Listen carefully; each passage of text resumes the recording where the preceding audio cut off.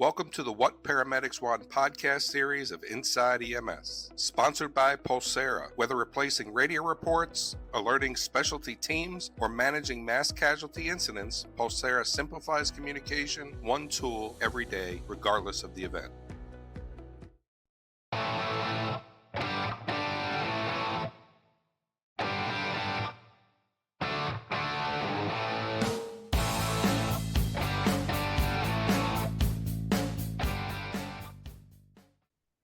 Well, this is it. And once again, it's time to go inside EMS. I am your host, Chris Cebollero, and with me always is the man of the hour, too sweet to be sour.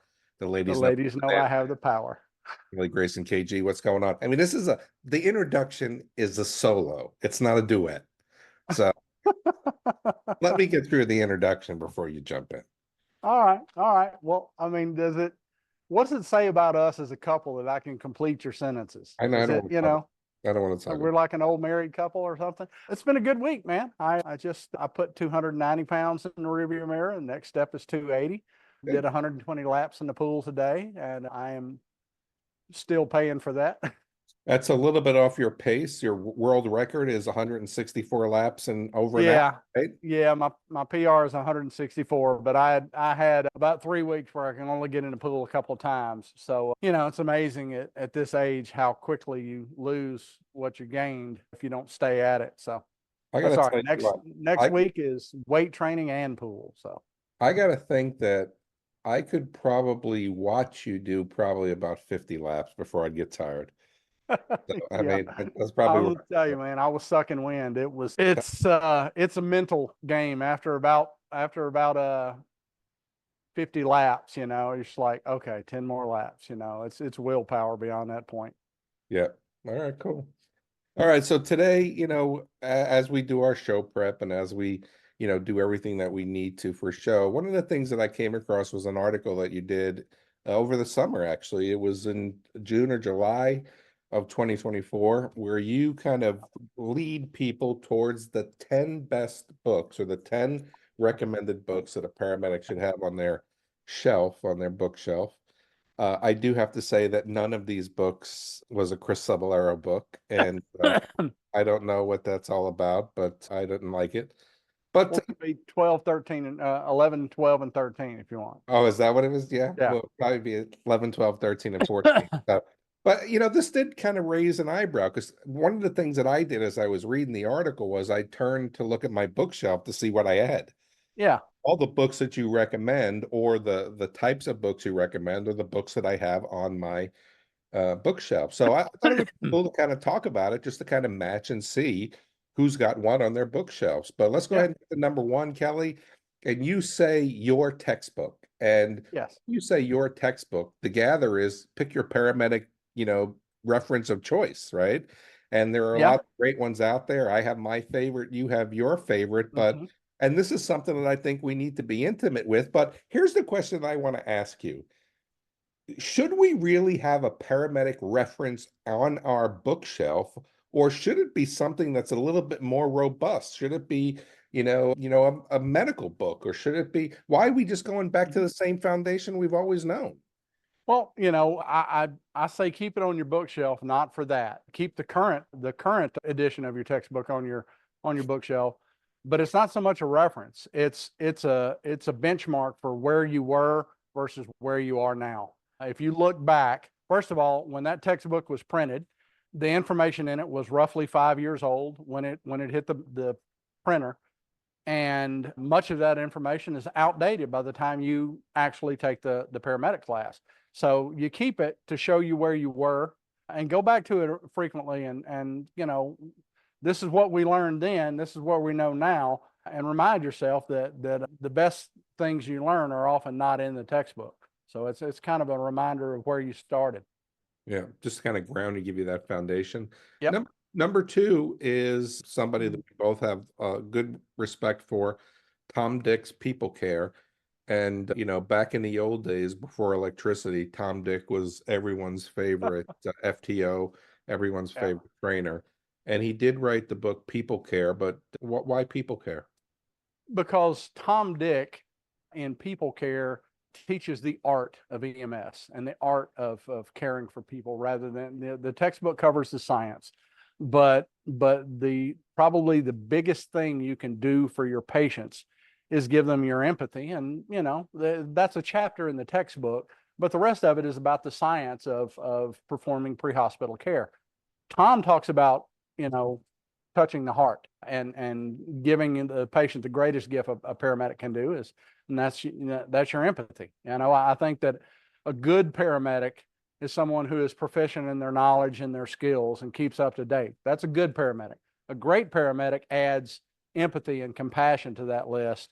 And that's what differentiates the competent ones from the great ones. I think the best compliment I ever got was people telling me, obviously your writing was influenced by Tom Dick. And it actually wasn't. I didn't read People Care until I'd been a paramedic for quite some time, 15, 20 years. But I have framed on that wall over there, I can't turn the camera to show it to you, I have a email printed from Tom Dick giving me an attaboy on one of my EMS1.com articles. And that one goes in the scrapbook. I printed that one and framed it because that's high praise indeed. One of the things that we've always talked about as educators is we could teach a lot of people a lot of different knowledge, a lot of different skills. What we can't teach is compassion.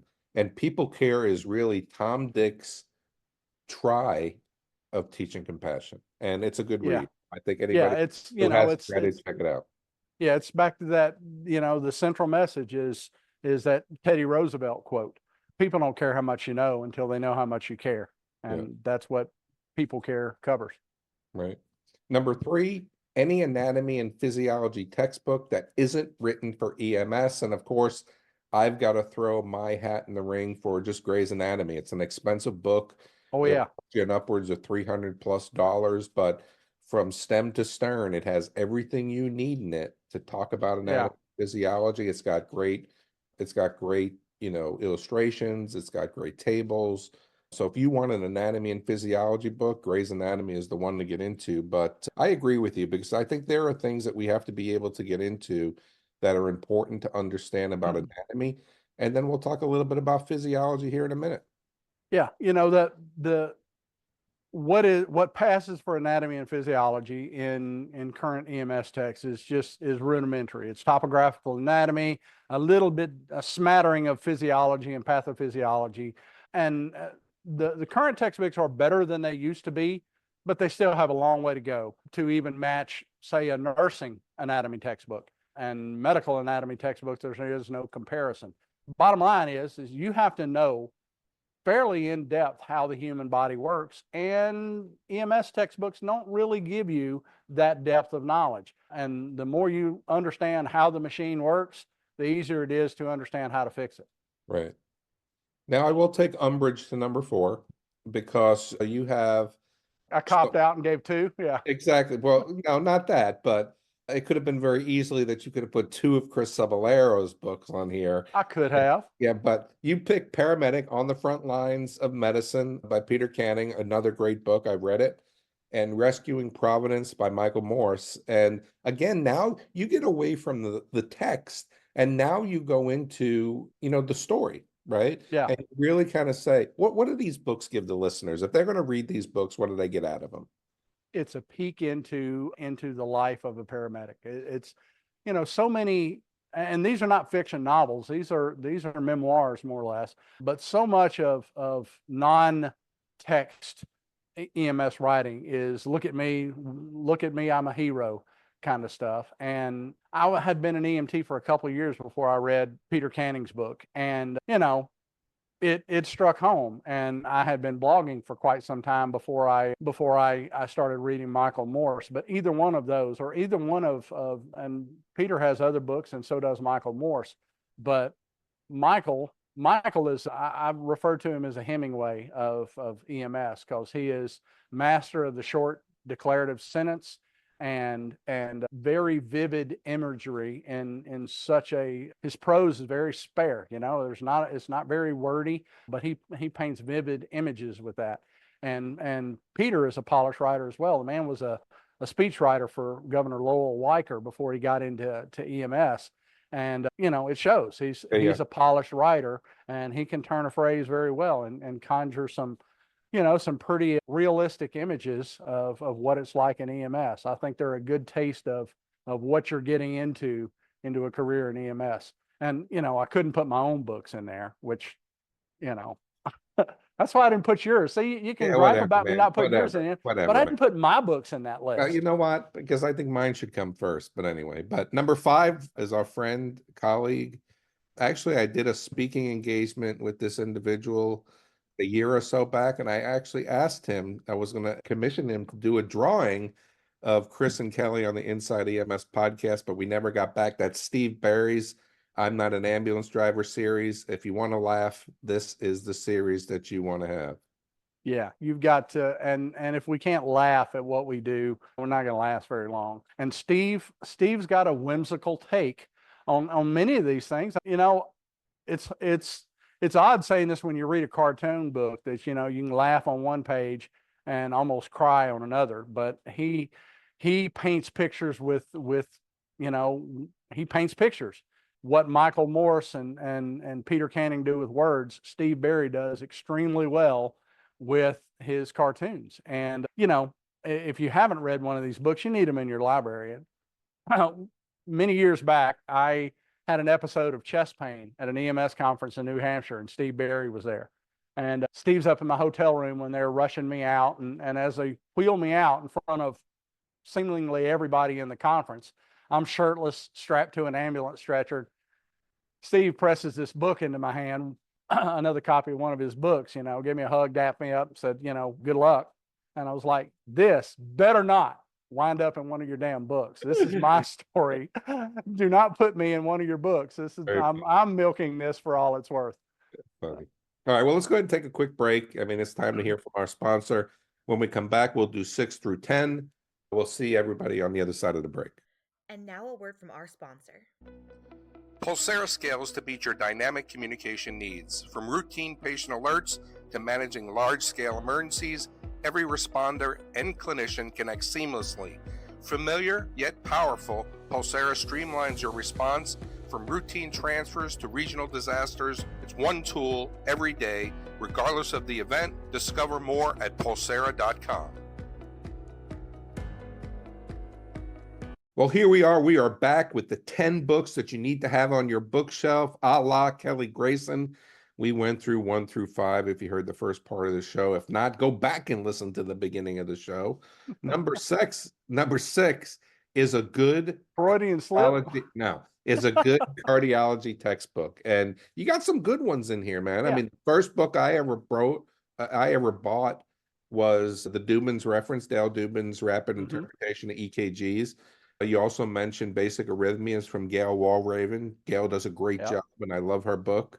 But then you also bring up Tim Phelan. Tim Phelan, an old friend, he was really the guru, I think, before the Tom Boothele era, really teaching EMS 12-lead EKG. And he did a lot of work with physio control and went around the country teaching 12-lead EKG to a lot of conferences. He came to a lot of organizations. But you got some really great books under cardiology textbooks. Yeah, and your textbook in this regard is only a starting point. It's a reference point. Most classes package something like Walraven's book or Dubin's book, even though Dale Dubin's has a problematic history. His book stands the test of time.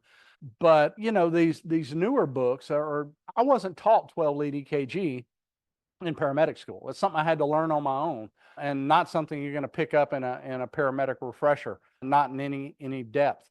So I read Tegman's book, Advanced Cardiology in Plain English, and that kind of opened the floodgates. And next it was Tim Phelan's book. Started gathering a deeper understanding of STEMI recognition in 12-lead EKGs, and then moved on to Bob Page's book and wound up being a Tom Boothele junkie. And whenever I want to feel stupid and inadequate, I go over to the pre-hospital 12-lead EKG blog and I read what Tom and his other contributors on that blog write and go like, I'm stupid. I have a lot more to learn. I don't think that. I mean, let's be real though. I mean, I think that when we start to talk about basic EKG, intermediate EKG, advanced EKG, if you can move yourself up the level and Yeah. really get to a point now of getting into advanced EKG where you start to talk about hemi blocks and trifascicular blocks. And, if you could understand it, you can understand a block, Yeah. right? Yeah. So, but I think that what we do is we get comfortable in what we know and we stop. Yeah. That block isn't Yeah. I don't get comfortable. I try right. to keep going. Exactly. And All right. Number 7. Tintinelli's Emergency Medicine, a comprehensive guide, a comprehensive study guide. I think that this is a good book. Another big ticket item costs you, $250, $300 for this book. I've got Rosen's 3 volumes on my bookshelf. yeah, just as So good. that's the ones that I use. But why are you throwing this one on there? Tintinelli's or Rosen's, excellent books, but it gives you a broader concept of emergency care. Well, so much of we talk about, depth of medical knowledge. Emergency nursing is a lake, and emergency medicine practiced by physicians is an ocean, and paramedicine is a well. It's about 10 foot wide and 100 feet deep. And we know a whole lot about what it takes to take care of the patient for the next 10 or 15 minutes. But, that's kind of where our knowledge and our focus ends. And so often I found over my career that you realize as you become more adept and more comfortable in what you're doing, you start to take a bigger view of things, that 60,000 foot view, and you see how your patient care goes or how your patient pathway through the rest of the medical system goes. And quite often some of the stuff we were doing was harmful. It made things tougher for the patients down the line. And that was a big shock to me, realizing that fairly early on.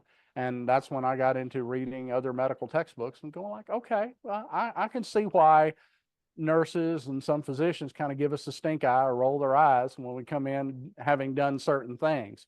So just gives us a broader concept of what emergency care encompasses. Yep. I think that's a good one. And then we go to your next one. And I was really happy to see this on the list. Yeah. You talk about Goldfrank's toxicologic emergencies. And I think that this is something that is very, very important that we need to be able to, when we think about metabolic emergencies, we're not great at it. When we think about toxicologic emergencies, we're not great at it. But this is a reference you probably should have and you probably should read.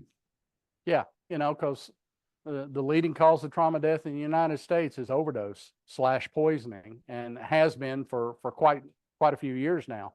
And what do what's our default when we're dealing with toxicological emergencies? Okay, we give Narcan if we think it's an opiate.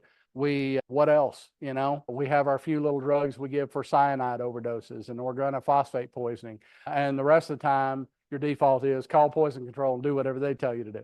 And all you have to do is call poison control a few times before you realize that their instructions are based on the lowest common denominator, let's not get sued kind of thing. So everybody gets activated charcoal, everybody, even when it's really not beneficial. So, knowing some more about toxicology makes you a more well-rounded provider, and knowing toxicology when the current fentanyl hysteria hits the airwaves and you hear about people breathlessly reporting someone touched fentanyl and overdosed, it gives you the foundation to realize that's horse manure. Right.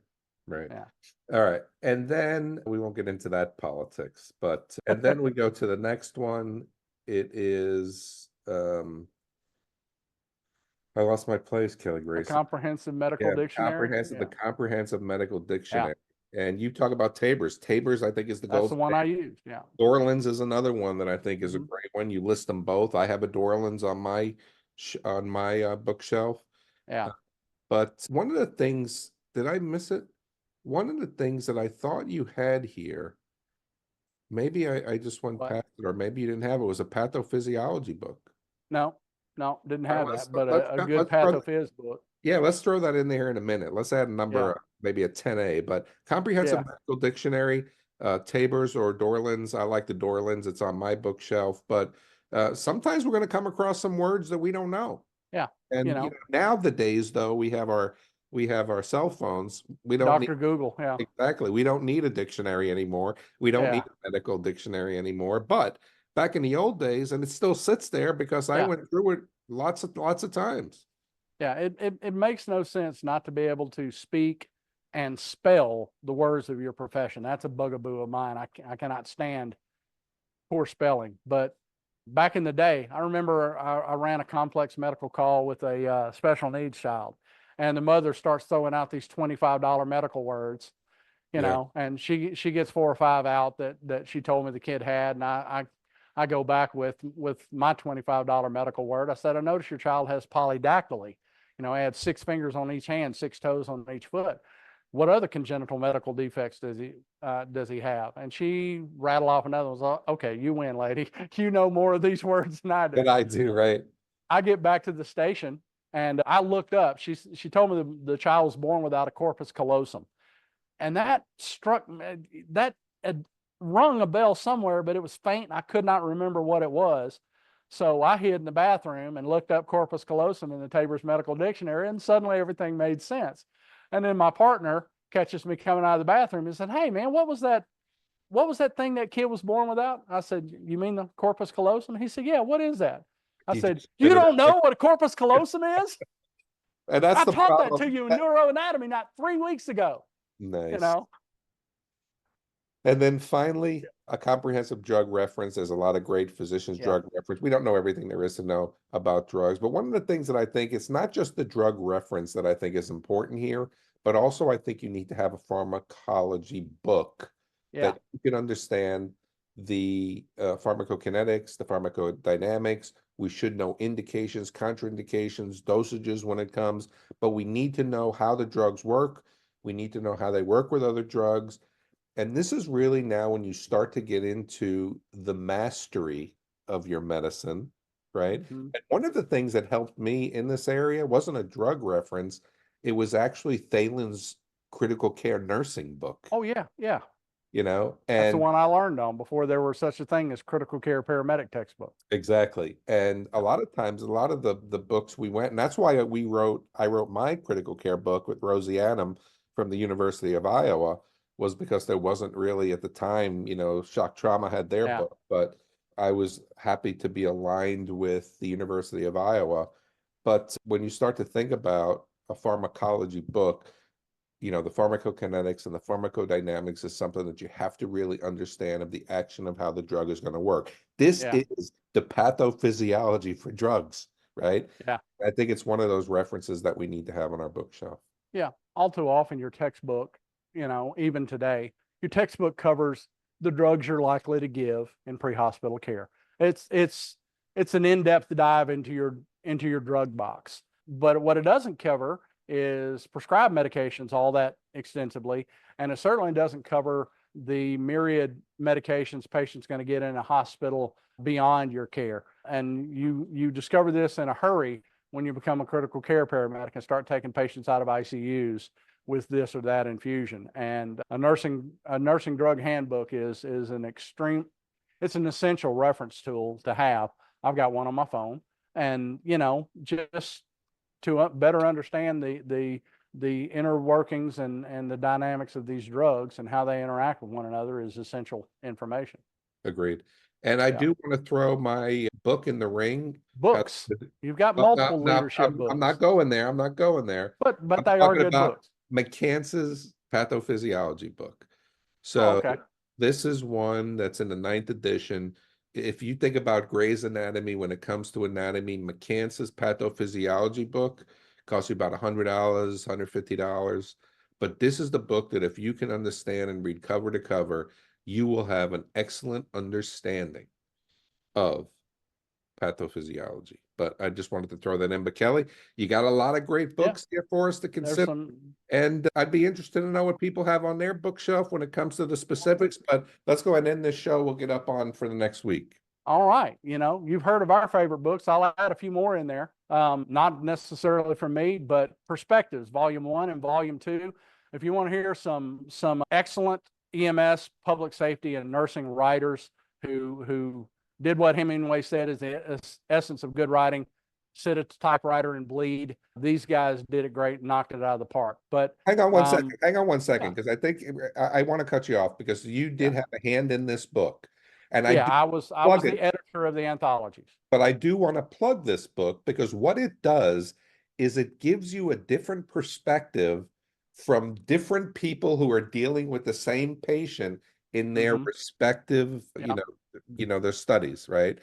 So Slice of life remind of me, each of you them, have a nurse, you have a police officer, and a you have paramedic. a medic. In some Yeah. cases, a doctor. In some cases, an EMS dispatcher. But it's usually nurse, doctor, paramedic, So anyway, or nurse, I don't, nurse, paramedic, and cop. Sorry. yeah, I didn't want you to gloss over it because that is going to be one of the references that we should have. Because as we talk about why people do what they do, it does Yeah. open your eyes to, oh my God, I never considered that.